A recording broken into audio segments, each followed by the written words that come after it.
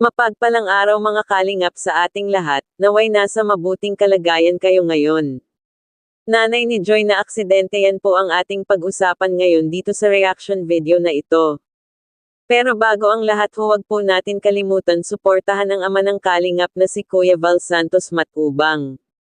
Kalingap Rab, Ate Edna Vlogs at Jack Tapia para mas marami pa ang matulungan ng kalingap.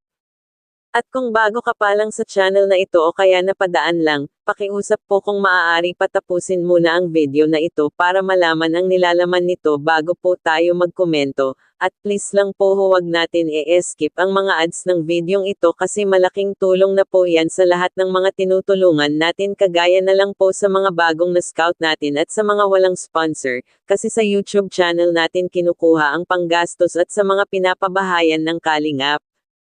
Kaya napakalaking tulong po talaga ang hindi pag-skip ng ad sa mga video natin, at maraming salamat nga pala sa patuloy na sumusuporta sa amin at sa mga sponsor ng Kalingap Angels.so. Ito na nga mga kalingap, grabe pala ang nangyari sa nanay ni Joy Diwata dahil sa pag-aalala niya kay Joy simula po nang matapos ang Danjoy. Narito po ang video, panoorin po natin. Gusto ko rin din po makausap si nanay about nga po dun sa mga narinig natin. And ako naman po, nay, handa po talaga akong makinig sa inyo, ano man po yung gusto niyo pong sabihin. And tatanggapin ko po yun. Pero may gusto rin akong sabihin po sa inyo. Pero yun nga po, thank you, nay. Pasensya po sa abala. And syempre, para mapanood din ng mga viewers at makamusta din natin si nanay dito, syempre. So yun nga, nay. So, si Joy, tagal na nating beneficiary si Joy. Sa pinakamatagal sa Kalingap Angels. And wala akong masabi kay Joy, na unang-unang congrats po sa achievement ni Joy sa Kalingap.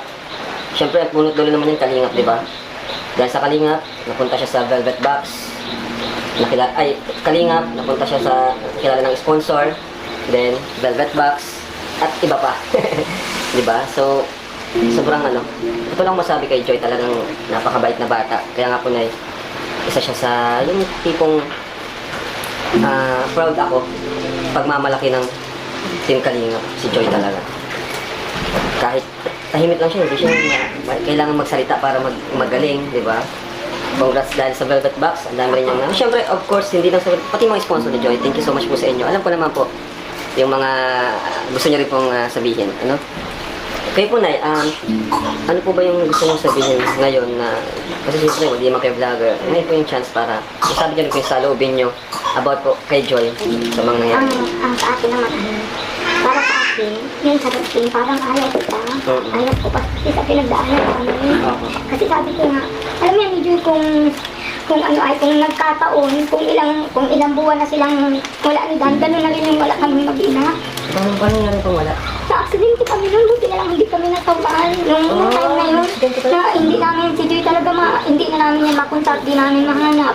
Ay, di ang ginawa namin, alas 10 na ng gabi, nag-alis pa kami dito yung bunso, iniwan namin. Hinahanap niyo si Joy, nawala siya, hindi siya makontak? Hindi namin siya makontak. Di alas 10 umalis kami dito.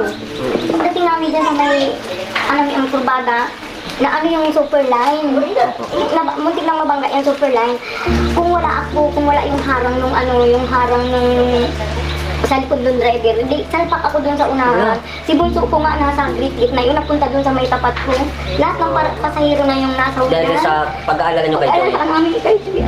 Yun lang nga. Opo. So, yun nga po yung nangyari. Pero sabi ko, parang hindi ko pa Hindi mo pa, na-trauma po kayo. In short, na-trauma si nanay sa nangyari kay Joy.